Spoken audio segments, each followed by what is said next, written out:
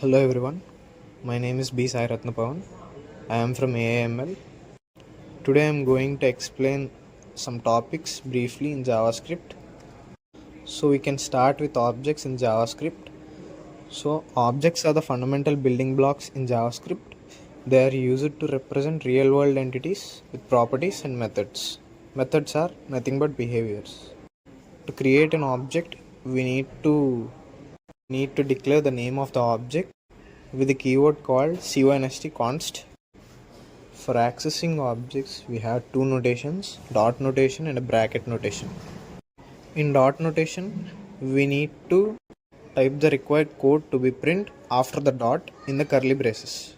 So it is called as dot notation. Here console.log person.firstname.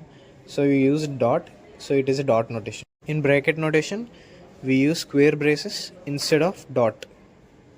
So let us see about nested objects and methods in JavaScript. Nested object means creating an object inside another object.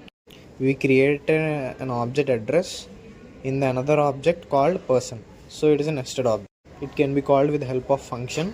So to declare a method, here we return console.log of person.address.city. So we can call a method with the help of the line of the code. So next topic is functions in JavaScript. So functions are the reusable blocks of the code that perform specific tasks.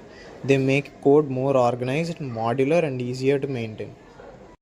For declaring functions, there are three types. In function declaration, we declare with the name of the function and with the name. The other one, function expression. In function expression, we use constant keyword which is equal to the function name, and we can write the code inside the curly braces in the function. Now coming to arrow function, this can be declared with the const keyword. Use arrow, so it is called as arrow functions, and we can write the code after the arrow in the curly braces. So now we can see the function of this keyword. This keyword refers to the context where a piece of code such as functions body is supported to run. Most typically it is used in objects method where this refers to the object that the method is attached to, thus allowing the same method to be reused on different objects. This operation will be performed with this keyword. Now we can see the difference between var, let and const keywords. Variables declared with var can be reassigned. Variables declared with let can be reassigned. Variable declared with const cannot be reassigned. Variables declared with var are hosted, which means they can be accessed before they are declared. Now we see the scoping rules and hosting in JavaScript. Hosting in JavaScript is a behavior in which variable and function declarations are moved to the top of their containing scope during the compile phase.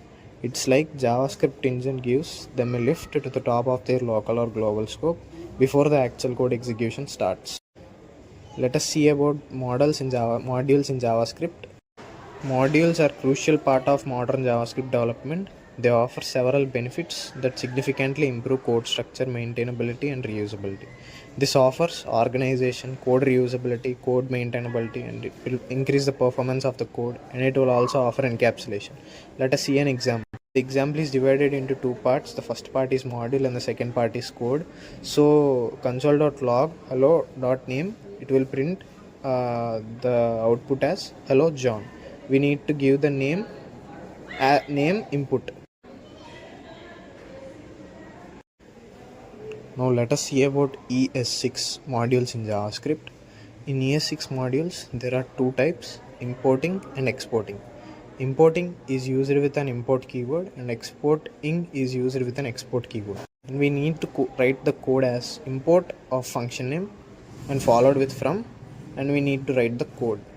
In exporting, we need to start with an export keyword and we need to give the function name and we need to complete the following code. Inside the curly braces, we need to write the function name.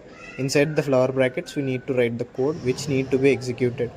So for importing, we use import like greet.js, it will import. To export the file, we use console.log hello plus name. It will export the file which is imported. So this is about importing and exporting in JavaScript. So this is the brief explanation about the topics in JavaScript.